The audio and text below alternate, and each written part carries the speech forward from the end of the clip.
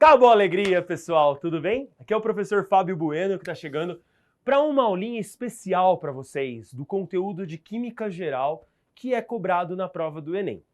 Então a gente quer mostrar para vocês quais são os principais tópicos, a principal abordagem da prova e uma linha mestra que existe unindo todos esses tópicos, o que facilita a nossa compreensão, o que facilita a absorção de conhecimento. Então, primeiramente, vamos lembrar que a química é a ciência que estuda a matéria, mas não só a matéria de qualquer ponto de vista. A matéria do ponto de vista do que ela é feita, né? Do que a minha roupa é feita, do que os remédios que eu tomo são feitos, do que os alimentos que eu ingiro são feitos. Enfim, do que a matéria é feita e como a matéria se transforma naquilo que ela é. Minha roupa veio do petróleo. Caramba, como é que petróleo virou minha roupa? Minha roupa é, na verdade, nylon, poliéster, várias substâncias que foram obtidas do petróleo. A química estuda como transformar substâncias em outras para que elas sirvam de propósito ao nosso modo de vida.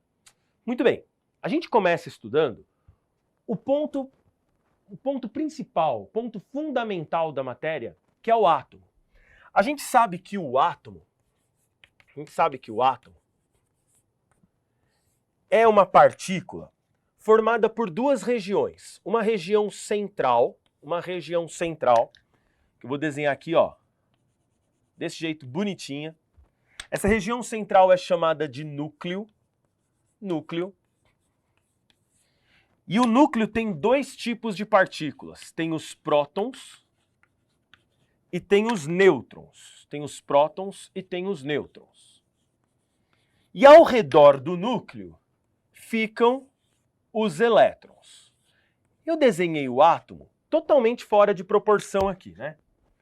Nessa região aqui, eu tenho a eletrosfera, que está ao redor do núcleo. A eletrosfera é muito maior do que o núcleo. Na eletrosfera eu tenho os elétrons e o núcleo, na verdade, corresponde a uma partezinha muito pequenininha dentro do átomo, lá no meio do átomo. Entre o núcleo e a eletrosfera, nós temos um espaço vazio imenso. Mas o que é importante? As características dessas partículas. Os prótons, eles têm carga positiva. Os nêutrons são neutros e os elétrons são negativos. Tem uma coisa interessante. O número de prótons é igual ao número de elétrons. Esse Ne menos indica o número de elétrons. Então o átomo é eletricamente neutro. O átomo não é nem positivo e nem negativo. Ele é eletricamente neutro. Toda vez na aula de química que o professor falar de átomo, ele está pensando nisso. Mas nem sempre a gente entendeu o átomo dessa forma. Corta aqui para essa câmera. Dá uma olhada na maneira como a gente foi evoluindo a forma de se entender o átomo. Então a gente tem a evolução dos modelos atômicos. A primeira forma da gente entender o átomo foi com o John Dalton, lá em 1808. O Dalton vinha de uma época pós-alquimistas. Os alquimistas eram pessoas que tentavam pensar a matéria não do ponto de vista científico. Eles pensavam a matéria do ponto de vista espiritualizado. Usavam fórmulas para atingir o elixir da longa vida. Usavam fórmulas para transformar materiais em ouro por meio da pedra filosofal. Então, eles não faziam ciência com um método. A partir do Lavoisier, que foi 20 anos antes do Dalton, que fez a principal publicação de Lavoisier, né? Foi 20 anos de química de um ponto de vista de fato científico. Até que o Dalton falou, muito bem, nós estamos tratando a química de maneira científica, mas qual é a unidade fundamental da matéria? Nós precisamos entender como sendo partículas rígidas, esféricas. O átomo como uma bola de bilhar. Mas os átomos são todos do mesmo tipo, Dalton? Não. Por isso que o Dalton usava esses símbolos para os diferentes tipos de átomo, mas todos como esferas. Então, átomo de oxigênio, átomo de carbono, átomo de hidrogênio, átomo de nitrogênio. Todos como esferas. Ou seja, na ideia de Dalton, todos nós somos como bolinhas empilhadas, que estão unidas por meio de forças. mas ele não sabia explicar quais forças. Ele só sabia que nós poderíamos ser feitos de bolinhas empilhadas. Só que o tempo passou. O tempo passou e ao longo de um século, todo o século XIX, a ciência foi evoluindo. E aquele modelo de Dalton não era mais suficiente para explicar as novas descobertas que a ciência tinha feito. Da mesma maneira que as pessoas crescem e não caem mais no conto do Papai Noel, não caem mais no conto da cegonha, de onde vêm os bebês? Você não acredita mais com 11, 12 anos que os bebês vêm da cegonha. Você precisa ter uma explicação mais plausível de acordo com aquilo que você sabe de fato. Então, a ciência tinha descoberto uma coisa chamada de raios catódicos. O que eram os raios catódicos? Eram tubos como se fossem essas lâmpadas compridas que nós usamos. E esses tubos emitiam partículas. E a gente sabia que eram partículas porque quando você coloca um anteparo aqui no meio, esses raios catódicos porque o eletrodo é chamado de cátodo e os raios saem do cátodo. Esses raios catódicos, eles eram bloqueados por um anteparo. Então essas eram partículas que estavam sendo liberadas. E quando você colocava um ímã aqui perto, o lado positivo, né, na verdade não era um ímã, era um capacitor que tinha lado positivo e lado negativo. O lado positivo atraía esse feixe de raios catódicos. E o lado negativo repelia esse feixe de raios catódicos. Daí surgiu que o átomo não poderia ser a menor partícula que existia. Deveria existir uma partícula menor. E esse sujeito chamado J.J. Thomson, John Joseph Thomson, na Inglaterra, em 1898, descobriu o elétron. O elétron é uma partícula menor que o átomo. E aí falou, Thomson, se você descobriu o elétron, que modelo você cria para explicar o átomo? Conjugando os dois modelos. O átomo é uma partícula, e uma partícula positiva, e os elétrons com carga negativa estão incrustados nesse átomo. Então o átomo é uma partícula positiva, e os elétrons negativos, ele tinha descoberto que os elétrons eram negativos, esse feixe de raios catódicos é um feixe de elétrons, dessa partícula nova que ele descobriu, os elétrons são negativos. Ele viu que o átomo era positivo, atraindo a carga negativa. Esse modelo ficou conhecido como o modelo do pudim de passas. O modelo do pudim de passas. Bom, pudim de passas, pelo Thomson, seria uma coisa parecida com um panetone. A massa do panetone seria o átomo positivo e os elétrons seriam as gotas de chocolate. Hoje em dia a gente fala gota de chocolate, né? Mas um panetone feito de passas e de frutas cristalizadas, né? Mas estaria no meio, não somente na parte exterior. Tá bom, mas a ciência evoluiu. A ciência evoluiu e um sujeito chamado Ernest Rutherford fez um experimento chamado o experimento da folha de ouro. Dá uma olhada comigo nesse simulador, né? Nesse simulador do experimento de Dalton. Olha que bacana. Essas áreas aqui representam o átomo de ouro. Aqui, bem pequenininho, seria o núcleo do átomo de ouro. E o Rutherford jogou partículas alfa. Olha só, ele está bombardeando partículas alfa na lâmina de ouro. E esse quadradinho representa o que está acontecendo. As bolinhas cor-de-rosa são as partículas alfa. Então você percebe que as partículas alfa fazem o seguinte. Então eu vou pedir para você fazer o seguinte, ó. Diminui aqui um pouquinho esse cursor. Segura ele e diminui um pouquinho. Diminui um pouquinho. Isso, assim dá para a gente ver a energia. Mas aí acho que você tem que aumentar um pouquinho porque a energia diminuiu demais. Pode soltar, pode soltar. Pode soltar. Aí dá para ver elas mais devagar. Reparem cada partícula alfa, cada partícula cor-de-rosa. Elas não batem no núcleo. Porque a partícula alfa, o Rutherford sabia disso, é uma partícula de carga positiva. E a gente sabe que o positivo e o positivo se repelem. O positivo e o positivo se repelem. Então o Rutherford, quando bombardeou a lâmina de ouro, ele esperava que, como o átomo segundo Thomson, fosse uma esfera toda positiva, as partículas alfa fossem atravessar os interstícios entre os átomos e a trajetória delas não fosse desviada. Por que ele esperava que a trajetória não fosse desviada? Porque os elétrons neutralizariam a carga positiva do átomo. Então, a partícula alfa não seria desviada por nenhuma carga, já que o átomo era neutro. Mas aí o que o Rutherford percebeu? Que as partículas alfa tinham suas trajetórias desviadas.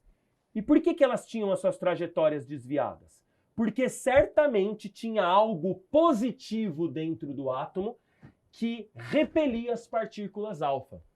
Daí ele ter formulado, aí pode voltar lá naquela outra nossa imagem dos modelos atômicos, ele ter formulado que, na verdade, a parte positiva e a parte negativa estão em lados diferentes.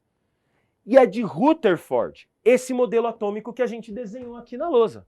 Ó, corta aqui para mim agora. É de Rutherford esse modelo que a gente desenhou na lousa. De um átomo que tem um núcleo positivo, um espaço vazio enorme e uma eletrosfera negativa. A partícula alfa entra pelos interstícios, porém, ela é atraída pelo núcleo positivo. Ela é atraída pelo núcleo positivo e tem sua trajetória desviada, né? Foi isso que ele viu. Agora volta para cá, para a gente finalizar com o último modelo atômico, o modelo de Bohr. Aí você olha assim e fala, parece que esse modelo não é muito diferente do outro. Na verdade, professor, aquilo que você desenhou parece um modelo de Bohr. Mas, na verdade, qual que é a diferença do modelo de Bohr? O Bohr percebeu que a eletrosfera dos átomos tinha diferença. E ele percebeu que quando ele colocava luz em diferentes tipos de átomos, a luz era emitida, então ela recebia luz e a luz voltava, formando um desenho diferente numa chapa fotográfica. Isso aqui, o desenho que a luz forma numa chapa fotográfica é chamada de espectro. O espectro do hidrogênio é 1. Se você colocar luz no hélio, gera um espectro diferente. Se for no lítio, um espectro diferente. Bohr, de onde que vem esses espectros diferentes? Da interação da luz com a eletrosfera. Então, Bohr tem um salto enorme no entendimento do átomo. Bohr entende que a eletrosfera tem elétrons. Grande coisa, professor. Mas esses elétrons não estão numa nuvem difusa na eletrosfera. Esses elétrons estão distribuídos em camadas definidas de energia. Os elétrons estão distribuídos em camadas definidas de energia. E um elétron não pode ocupar camadas senão aquelas bem definidas, né? Energia bem definida significa energia quantizada. Então significa que os elétrons são quantizados, eles têm pacotinhos de energia.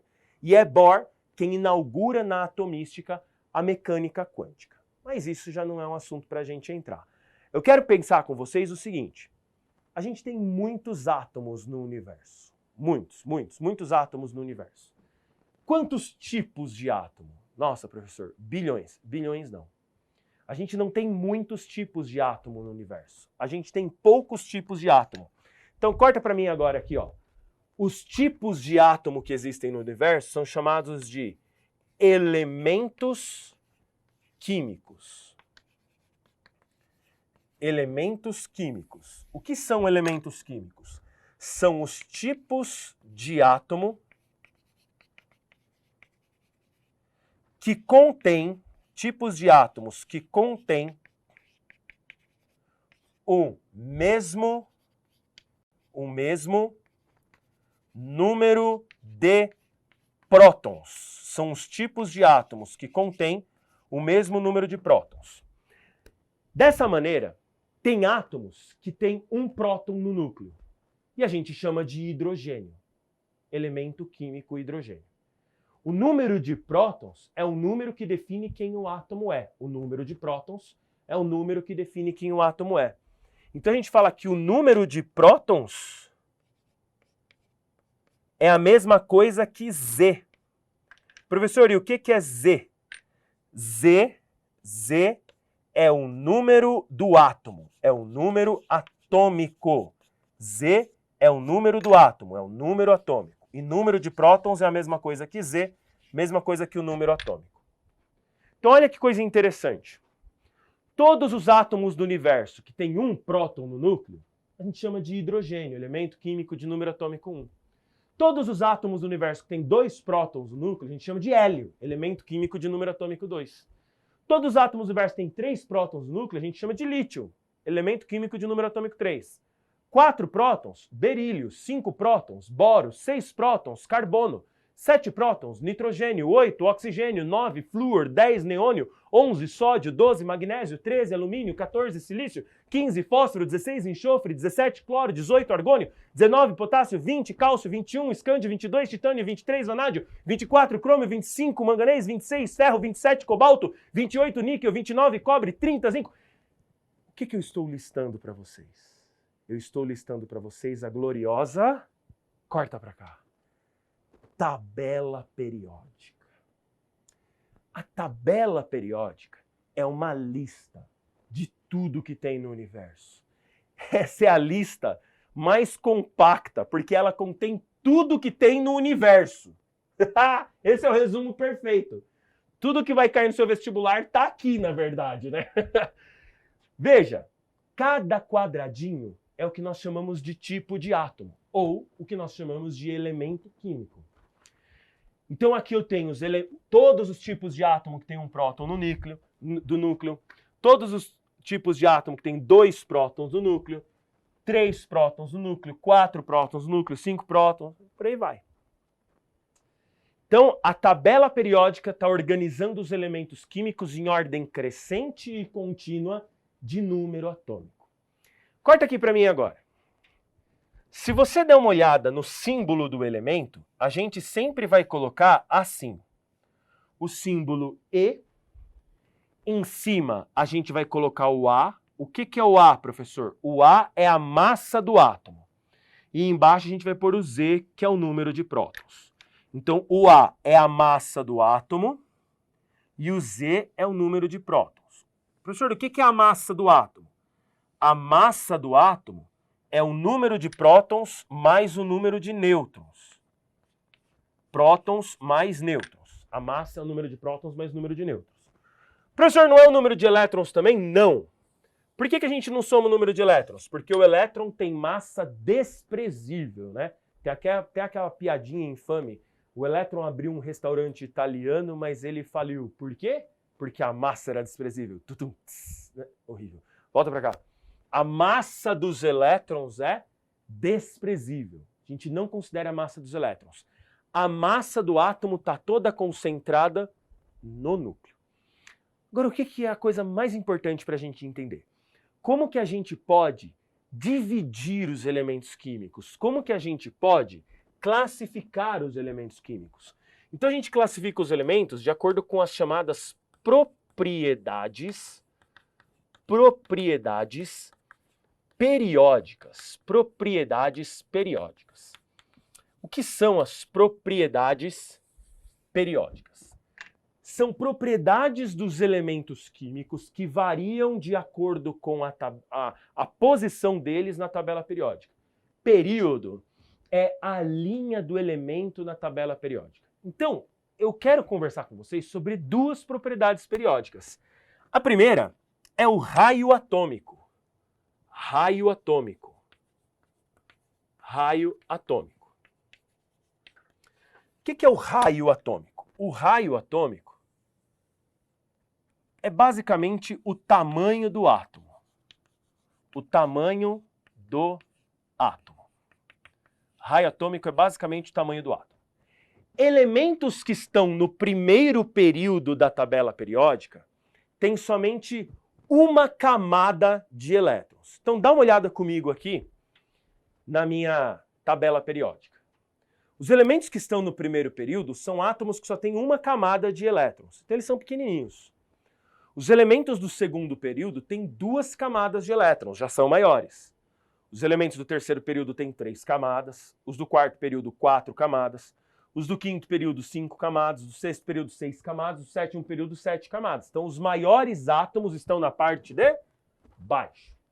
Agora, se você comparar elementos do mesmo período, quanto mais para a esquerda, maior.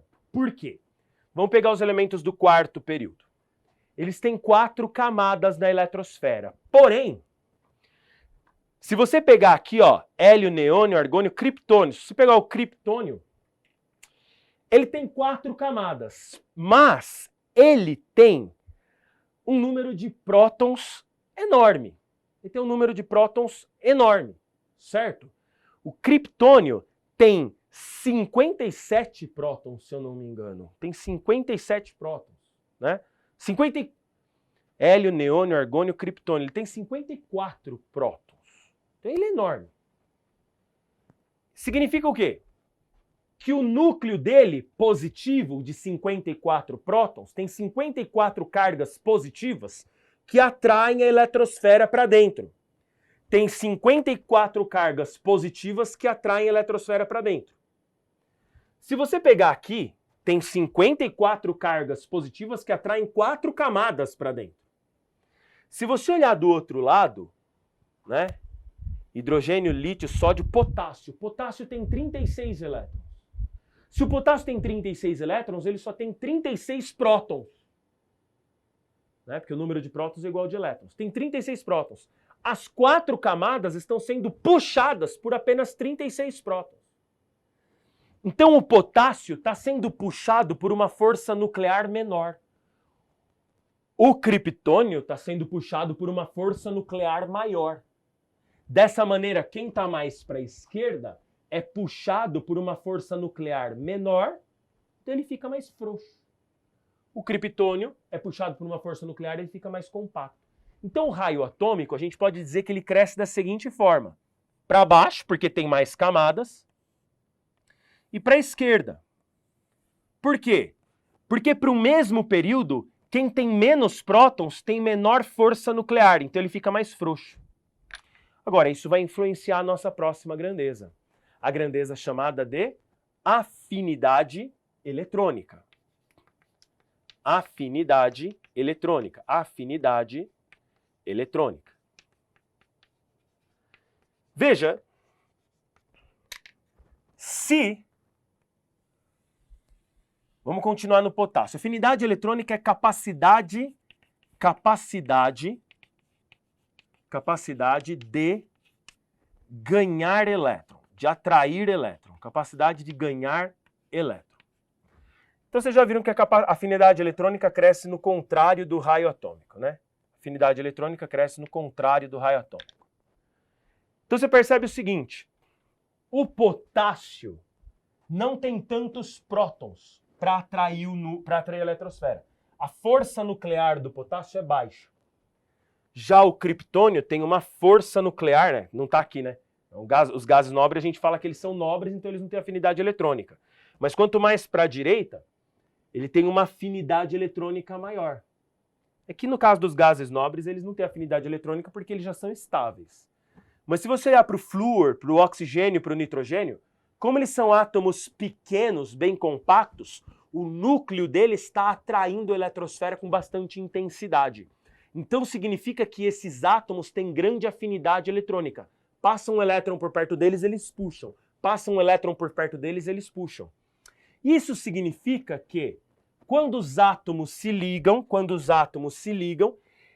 eu vou ter nesses átomos da direita, do canto superior direito, uma grande afinidade eletrônica. Então significa que eu vou ter uma grande eletronegatividade. Eletronegatividade. O que seria a eletronegatividade? A eletronegatividade é a tendência, é muito parecida com a afinidade eletrônica, tendência de atrair elétrons na ligação. Então, quem é que tem grande eletronegatividade? Von Klubriski pH, que vocês decoram assim hoje em dia, né? Fui ontem no clube, briguei e saí correndo para o hospital. Então tá aqui, né? Os elementos em ordem decrescente de eletronegatividade. Ordem decrescente. Ordem decrescente, olha só. Então quem vem depois deles são os metais.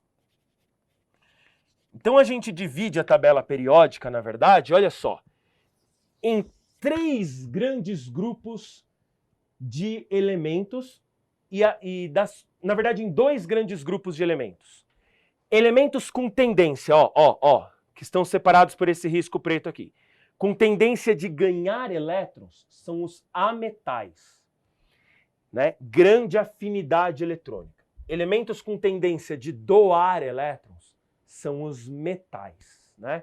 Grande afinidade eletrônica, ametais. Baixa afinidade eletrônica, todo o resto da tabela periódica, metais. Quando os elementos se combinam, a gente pode ter 3 grandes combinações. Dá uma olhada comigo nessas combinações. A primeira grande combinação seria essa. Bora lá. Primeira grande combinação de substâncias, né? Os metais. Então vem para cá na lousa rapidinho. Quando você pega substâncias,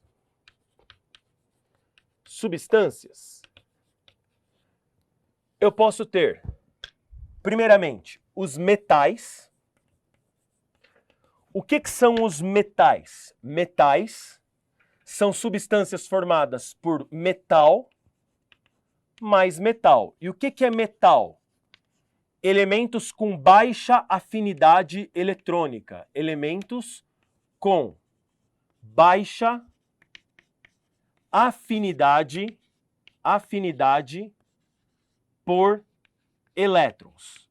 Elementos com baixa afinidade por elétrons. Então, se você tem elementos com baixa afinidade por elétrons, eles estão todos aglomerados e um jogando elétron para o outro. Ninguém quer o elétron, ninguém quer o elétron.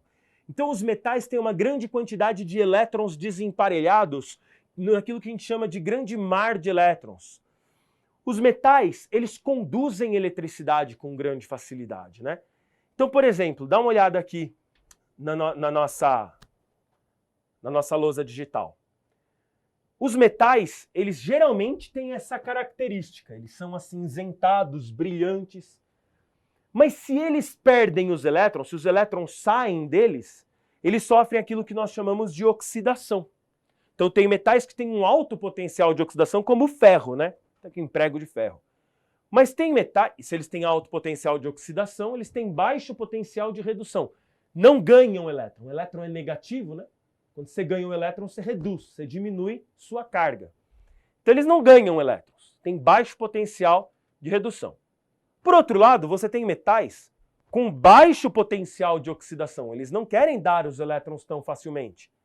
Eles até seguram. Ganhar já não vai ganhar, né? Mas eles seguram os elétrons, como por exemplo o ouro. Perder elétron é sinônimo de sofrer oxidação. Você não vê ouro oxidando. Você quer ver uma oxidação bem forte? Você quer ver uma oxidação bem intensa? Você vai na tabela periódica e pega elementos lá do canto esquerdo, que a afinidade eletrônica é bem baixa, e põe na água. Por exemplo, vamos ver aqui o que acontece quando você coloca sódio na água. Quer ver? Dá uma olhada aí comigo. Sodium in water. Olha que bacana. Quer ver? Tá lá no YouTube. Você pode depois pôr sodium in water, mas aproveita e acompanha aqui com a gente, né? Ó, você coloca uma barrinha de sódio metálico e ele começa a perder os elétrons dele. E olha lá, perde elétron tão rapidamente, que você vê luz, né? E chamas. A chama, na verdade, é o hidrogênio que está sendo produzido na reação com a água. Olha lá. Ele está sofrendo a mesma reação química que o ferro. Se você colocar um prego de ferro na água, ele vai oxidar. Mas ele não oxida com essa violência do sódio. Aí, quer ver? Eu vou pedir só para você voltar um pouquinho, ó, tá lá para mim na tabela periódica. Lá na tabela periódica na nossa apresentação. Isso, ó. Onde está o ferro e olha onde está o sódio. O sódio tem uma afinidade eletrônica bem menor. Então significa que ele detesta os elétrons. Então onde ele pega elétron, ele se livra rapidamente. O ferro nem tanto. Então os dois oxidam. Mas eles não oxidam com a mesma força, com a mesma violência, com o mesmo potencial. E ambos são elementos metálicos. Você pega uma barra de sódio, visualmente ela parece uma barra de ferro, mas elas não têm a mesma estabilidade química, porque o ferro tem uma afinidade eletrônica maior que o sódio, ele segura os elétrons mais facilmente. Lógico que ele oxida. Tudo bem? Vamos para o próximo tipo de substância. O próximo tipo de substância, ó, corta para mim aqui na lousa, vamos falar das moléculas. Substâncias moleculares. As substâncias moleculares, elas podem ser de 3 tipos, né? Mas geralmente é um ametal ligado com outro ametal. Então a substância molecular é uma combinação entre estes elementos. Eu destaco entre carbono e hidrogênio, que são as substâncias orgânicas. Então são elementos com alta afinidade eletrônica. São elementos com alta afinidade por elétron. E se você tem alta afinidade por elétron, o que você vai fazer? Você vai compartilhar os elétrons. Então, um ametal quer ganhar elétron, outro ametal quer ganhar elétron, o que eles vão ter que fazer? Eles vão ter que compartilhar. Então, as substâncias moleculares são as substâncias covalentes, que são unidas por aquele tracinho, né? Aquele tracinho da ligação covalente. Então, olha só, elas podem ocorrer nos 3 estados físicos. Elas podem ocorrer no estado sólido, açúcar é uma substância covalente. Elas podem ocorrer no estado líquido, petróleo é uma mistura de substâncias covalentes. E ela pode ocorrer no estado gasoso. Isso aqui é gás cloro, um gás verde. São 2 átomos de cloro. Um átomo de cloro quer ganhar elétron, o outro átomo de cloro quer ganhar elétron. E, portanto, eles vão compartilhar os elétrons, certo? Então elas podem ocorrer nos 3 estados físicos. Dá uma olhada comigo nesse simulador de estados físicos para a gente poder entender. Quer ver? Ota, aquece para mim essa amostra que é uma mistura de argônio, né? Então eles estão extremamente compactados, estão no estado sólido. Se a gente aquecer, né, vai botar um foguinho aqui, ó, segura aqui pro alto. Segura, pode levantar, levanta bem. Ó, segura, tem que segurar o fogo. Segura o fogo aí. Ó lá, eu estou aumentando o grau de agitação das moléculas e elas vão se separando. Ó, vai para o estado líquido e para o estado gasoso. O que significa mudar de estado? Separar as moléculas, tirar moléculas do estado líquido e levá-las para o estado gasoso. Agora, se eu resfriar, agora segura lá embaixo. Aí botei pedrinha de gelo. Aí a temperatura vai diminuindo, o grau de agitação das moléculas vai diminuindo. Então as moléculas vão começando a restabelecer as forças intermoleculares que existem entre elas, né? Então olha lá. Porque mudar de estado físico, na verdade, é separar as moléculas. Então, é separar destruindo as forças intermoleculares. Ó, tá geladinha, 3 Kelvin, né? Quase zero absoluto. Também é argônio, o argônio fica sólido. Então, a gente entende dessa forma que as moléculas estão bem próximas, ou seja, a força intermolecular foi restabelecida. Agora volta lá para a nossa aulinha. Vamos finalizar aqui falando do quê? Dos íons, compostos iônicos. Os compostos iônicos, eles são uma combinação de alguém que quer perder elétron com alguém que quer ganhar elétron. Então corta aqui para a lousa para a gente finalizar o nosso resumo. Os compostos iônicos, eles são formados por metal mais ametal. Então, veja a diferença. Enquanto você tem os metais, que são 2 elementos com baixa afinidade eletrônica, moleculares, 2 elementos com grande afinidade eletrônica, os compostos iônicos são elementos com diferentes afinidades eletrônicas. Então, o que é um composto iônico? Um composto iônico vai ser formado, ó, olha só, vou colocar aqui a obtenção de cloreto de sódio, né? que vai mostrar pra gente, olha a reação do sódio metálico com o cloro. Olha que interessante. O sódio é um metal, baixa afinidade eletrônica. E o cloro é um não metal, grande afinidade eletrônica. Então pega um pedacinho aqui de sódio, coloca dentro desse balão volumétrico que está cheio de gás cloro. E aí, ó, coloca ali o sódio metálico. A reação não acontece, porque o sódio com o cloro não tem grande superfície de contato. Então o que ele faz? Ele joga uma gota de água lá dentro, que vai ajudar a dissolver o sódio. Quando a gota de água cai, provoca a reação, né? Olha lá a reação. Extremamente exotérmica, libera calor. E o que formou? Formou ali o cloreto de sódio. Isso é muito interessante, né? O sódio metálico extremamente reativo. O cloro gasoso extremamente reativo. O filhinho deles, eu não faço nada, eu ponho sal na comida, né? Cloreto de sódio.